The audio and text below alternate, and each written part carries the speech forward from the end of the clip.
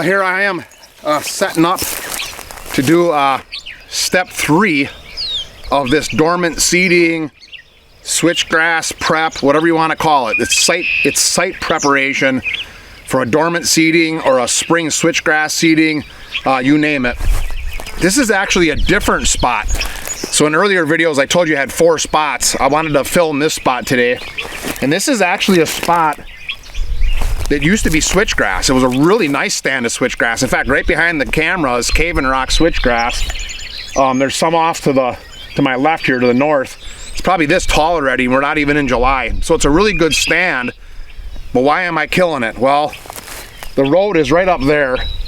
And deer use this, but not the way I wanted them to. So I'm taking this small section here, about a 1/4 acre, and I'm going to try and turn this into woody browse. Give it a little bit more structure and hopefully a little bit more security from the road. But this is step 3. So the first step was I mowed. Second step was I did a pretty good spraying, good burn down.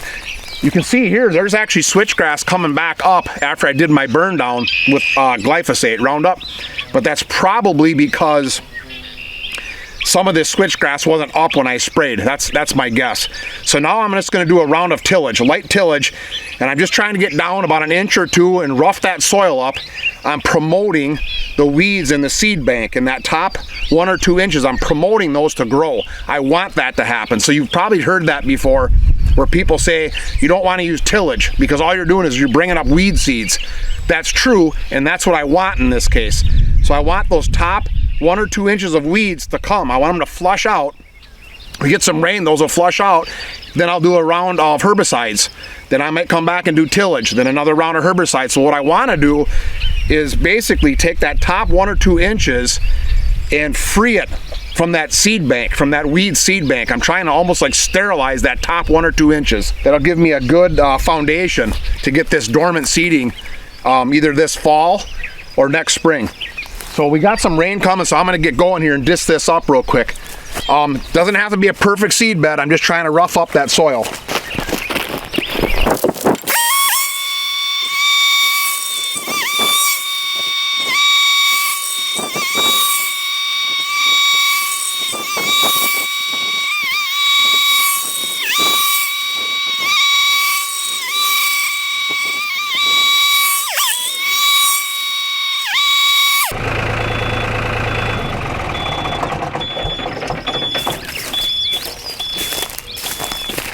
Well, that's it, and that took maybe 5 minutes. So it chopped it up pretty good. Like I said, you're not trying to create a seed bed, just trying to rough the soil up. 2 things will happen now. We'll get that rain, and we'll get that seed bank to germinate so we can come back and kill it. And it'll help break down that thatch. There was a lot of thatch, especially in this particular plot that I'm doing from all that switchgrass that I mowed down this spring.